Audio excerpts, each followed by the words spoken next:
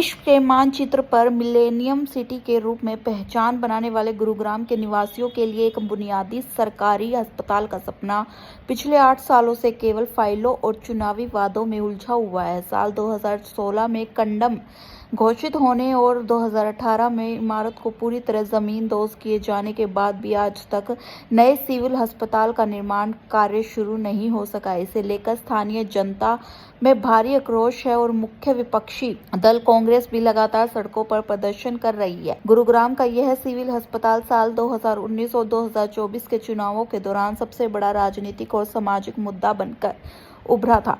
जनता से वोट मांगते समय बड़े बड़े वादे किए गए थे, लेकिन समय के साथ अस्पताल की क्षमता के दावे लगातार घटते चले गए। सबसे पहले सरकार द्वारा 700 बेड के मल्टी सुपर स्पेशलिटी हॉस्पिटल की घोषणा की गई थी। कुछ समय बाद इस आंकड़े को घटाकर 600 बेड करने की बात कही गई। वर्तमान में अब यह अस्पताल केवल 400 बेड का बनाने का आश्वासन दिया जा रहा है। उसके लिए मैडम यू आर 100% राइट।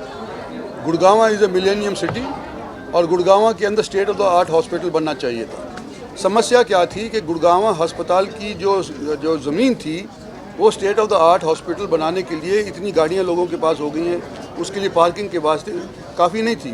तो हमारे को बगल वाले स्कूल से कुछ हमारे को ज़मीन लेनी पड़ी 2.5 एकड़। अब हमारे पास 7.5 एकड़ करीब ज़मीन पड़ गई है। तो एक डिपार्टमेंट दूसरे डिपार्टमेंट को ज़मीन देने के अंदर कई बार अड़चनें डाल देता है, लेकिन वो क्लियर हो गया। 7.5 एकड़ ज़मीन तय हो गई। फिर हमारी सरकार की तरफ से ये योजना बनी थी कि गुड़गांव के अस्पताल को सेंट्रल पब्लिक वर्क डिपार्टमेंट से बनवाया जाए। मैं हरियाणा का हूँ, आप हरियाणा की हैं। हमारे पास ऐसे एक्सपर्ट्स हैं जो हम खुद ब खुद यहाँ पे बना सकते हैं। वी डोंट नीड CPWD भी।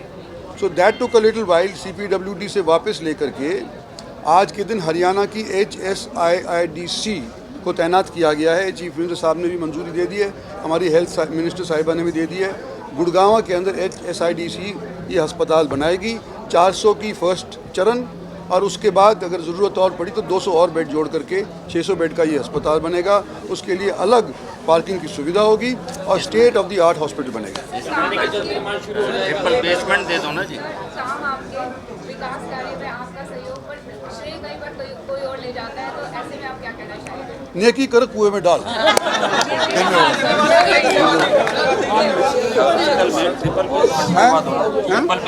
अस्पताल निर्माण में आ रही अड़चनों को लेकर केंद्रीय मंत्री राव इंद्रजीत सिंह ने एक प्रेस वार्ता में स्थिति स्पष्ट की है। उन्होंने बताया कि गुरुग्राम जैसे बड़े शहर में state of the art hospital की सख्त जरूरत थी, लेकिन मुख्य समस्या जमीन और पार्किंग की कमी को लेकर थी। अस्पताल के पास पार्किंग और अन्य सुविधाओं के लिए पर्याप्त जगह नहीं थी।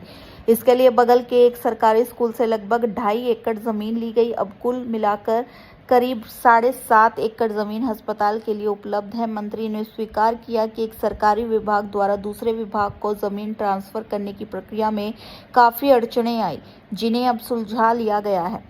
पहले इस अस्पताल का निर्माण लोक निर्माण विभाग से करवाने की योजना थी।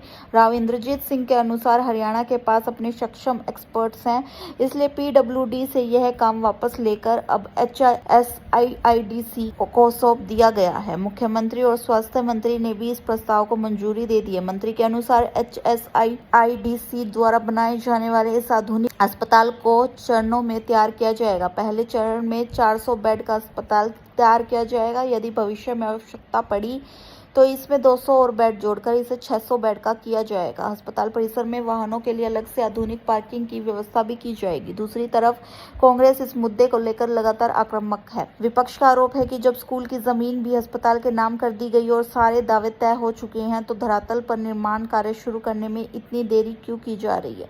8 साल बीत जाने के बाद भी मिलेनियम सिटी के लाखों गरीब और मध्य वर्गीय परिवारों को इलाज के लिए या तो दिल्ली का रुख करना पड़ता है या फिर निजी अस्पतालों के महंगे खर्चों के तले दबाना पड़ता है। अब देखना यह होगा HSIIDC को काम सौंपे जाने के बाद गुरुग्राम वासियों का यह लंबा इंतजार वास्तव में कब खत्म होता है।